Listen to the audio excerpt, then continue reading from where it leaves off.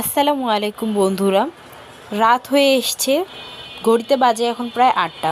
তাই ঝটপট একটু কি রান্না করে নেই, ভাবলাম একটু ভুনা খিচুড়ি, বিরিয়ানির আইটেমে ভুনা খিচুড়ি হয়ে যাক। তাই সব ময় মশলা দিয়ে সুন্দরভাবে মশলাটা কষিয়ে নিয়ে এরপরে দেখুন আমি গরুর মাংসটা ছোট ছোট করে কেটে রেখেছি, সেটা দিয়ে ভালো করে ভুনা করে নেব। ভালো করে ভুনা করে নেবার পর আমি আজকে নতুন আলু দিয়ে এই খিচুড়িটা করব।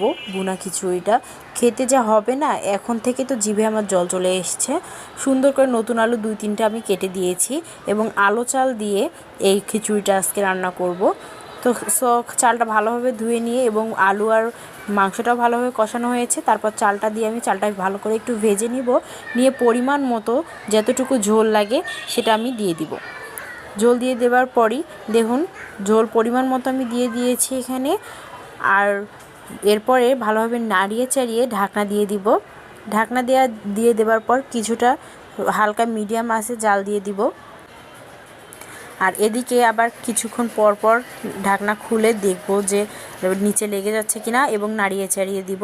নাড়াচাড়া করার পর এই তো হয়ে আসার কিছুটা কাছেই, আর অনেক সুন্দর দেখুন ঝরঝরে হয়েছে, খেতে তো অনেক সুস্বাদু আর গ্রানটাও সেই বেরিয়েছে। আমার একটা ভাগনা আর আমার মেয়ে তো সুন্দর মতো খাচ্ছে বসে, মাশাআল্লাহ।